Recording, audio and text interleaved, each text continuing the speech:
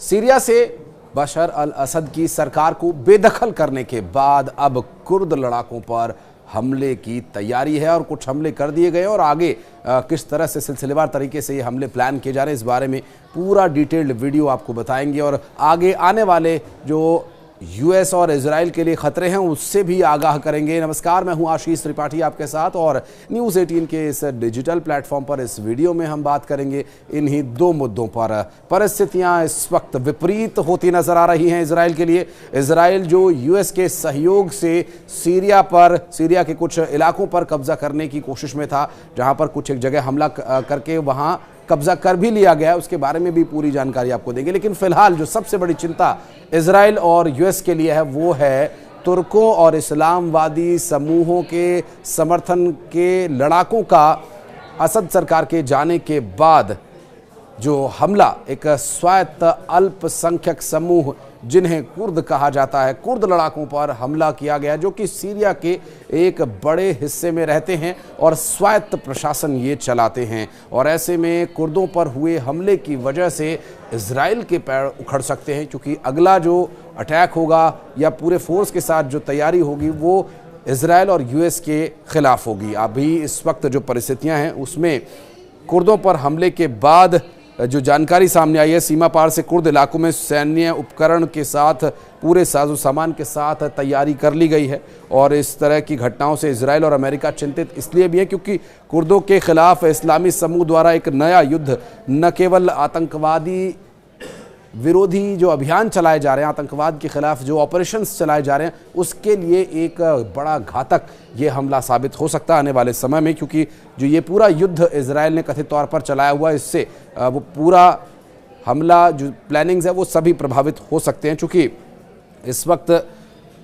Islamic state सहित कई इस्लामी समूहों के फिर से पनपने की यहाँ खबरें सामने आ रही हैं, चूँकि कुर्दों पर हमला करके और इजराइल को, यूएस को व्यस्त करके ये संगठन एक बार फिर से फन उठा सकते हैं। हालांकि जो इजराइल के दरवाजे पर पहुंच चुका है वो युद्ध इस वक्त सबसे बड़ी चिंता का कारण है इजराइल और यूएस के लिए, क्योंकि एक तरफ अमेरिका हालात को शांत करने के लिए कूटनीतिक प्रयासों का नेतृत्व कर रहा है, जबकि इजराइल के द्वारा जो कार्रवाई की जा रही है वो सीरिया के सीमावर्ती इलाकों को सुरक्षित करके यहाँ पर किलेबंदी कर लेना चाहता है, जिसका घोषित उद्देश्य है आईएस जैसे आतंकी संगठनों को न सिर्फ रोकना बल्कि उन्हें पूरी तरह से नेस्त व नाबूद कर देना। क्योंकि अभी तक जो जानकारी मिली, सीरिया के नए इस्लामी शासकों से जो खतरा पैदा हो रहा है उससे साफ नजर आ रहा है कि इजराइल के प्रधानमंत्री बेंजामिन नेतन्याहू कुछ असहज हैं और इसी असहजता को पूरी तरह से सुनिश्चित करने और इसको पूरी तरह से ख़त्म करने के लिए, सहज और एक पकड़ बनाने के लिए यहाँ पर बेंजामिन नेतन्याहू ने सुरक्षा की गारंटी देने वाली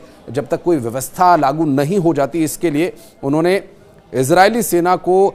सीरियाई इलाकों और इजराइल की सीमा पर तैनात रहने के निर्देश दिए। और ये तैनाती कुछ एक दिन, कुछ एक महीनों, कुछ एक हफ्तों के लिए नहीं होगी, बल्कि ये लगभग पूरे एक साल के लिए प्लानिंग करके बेंजामिन नेतन्याहू चल रहे हैं। और इस बीच माउंट हर्नन इजराइल और सीरिया के बीच जो है वो बफर जोन बन गया है, चूँकि यहाँ पर इजरायली आईडीएफ का भी कब्जा है और साथ ही लगातार जो इस्लामीवादी या फिर जो कथित आतंकी संगठन हैं उनके द्वारा भी आईडीएफ को धकेलने की कोशिश की जा रही है कि किसी तरह से उन्हें पीछे धकेलकर इस पूरे इलाके पर कब्जा किया जा सके। इजराइल के असद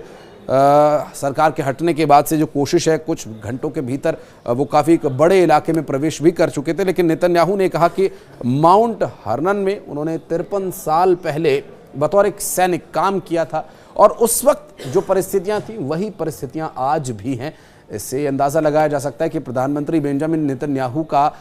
इस पूरी प्लानिंग में कितना बड़ा योगदान है। और नेतन्याहू ने माउंट हर्नन पर 53 साल पहले वाली परिस्थितियों का जिक्र करते हुए कहा कि इसमें कोई बदलाव नहीं है। ऐसे में अब तक जो भी प्रयास यहाँ पर किए जा रहे हैं वो सीधे तौर पर न सिर्फ बेंजामिन नेतन्याहू के निर्देश पर चल रहे हैं, बल्कि उसे अमल में लाने के लिए आईडीएफ को खुद नेतन्याहू ही निर्देशित भी कर रहे हैं। दरअसल अभी अमेरिकी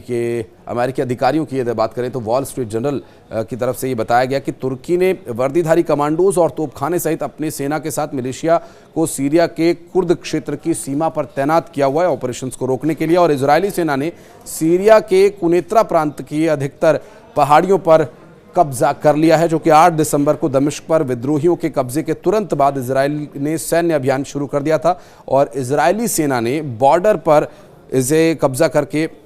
पूरी तरह से मुकम्मल करने का कोशिश भी किया। हालांकि अल्फा लाइन को पार करते हुए बफर जोन में प्रवेश कर लिया गया था और इसे नियंत्रण में ले लिया गया था। बहरहाल अभी लगभग जो ये पूरा क्षेत्र बफर जोन में, इसमें 95% तो इजराइल का ही कब्जा है और इजराइल के सैनिकों को पीछे धकेलने की जो कोशिशें हैं वो अभी नाकाफ़ी साबित हो रही हैं। लेकिन वर्तमान जो परिस्थितियां बन रही हैं, इजराइल ने सीरिया के गोलान हाइट्स पे, जो सबसे हाइट वाला, ऊंचाई वाला क्षेत्र है, वहां पर भी कब्जा कर लिया है। और ऐसे में देखना ये महत्वपूर्ण हो जाता है कि जो चोटी हरमोन नाम से प्रसिद्ध है, यहाँ पर इजरायली प्रधानमंत्री की आईडीएफ का कब्जा है और इस क्षेत्र का दौरा करने के बाद उन्होंने इसे सुनिश्चित किया कि 2025 तक सैनिकों की यहाँ पर तैनाती रहेगी, जिससे न सिर्फ इजराइल की सीमाओं को सुरक्षित किया जा सके बल्कि सीरिया में प्रवेश का जो द्वार है उसकी संभावनाएं भी यहाँ पर बनी रहें। ऐसे में असद सरकार के जाने के बाद कुर्दों पर हमला और इजराइल की तरफ से जो पलटवार करने की तैयारी है, इसका क्या परिणाम आगे रहता है, इसके बारे में भी एक डिटेल्ड वीडियो आपके लिए लेकर आएंगे। लेकिन तब तक इस बारे में कुछ अगर आप कहना चाहते हैं, कोई कमेंट करना चाहते हैं इस वीडियो के बारे में या इस पूरे टॉपिक को लेकर, या किसी और विषय पर आप अगर वीडियो देखना चाहते हैं तो इसे भी आप हमें कमेंट सेक्शन में आकर बता सकते हैं। धन्यवाद।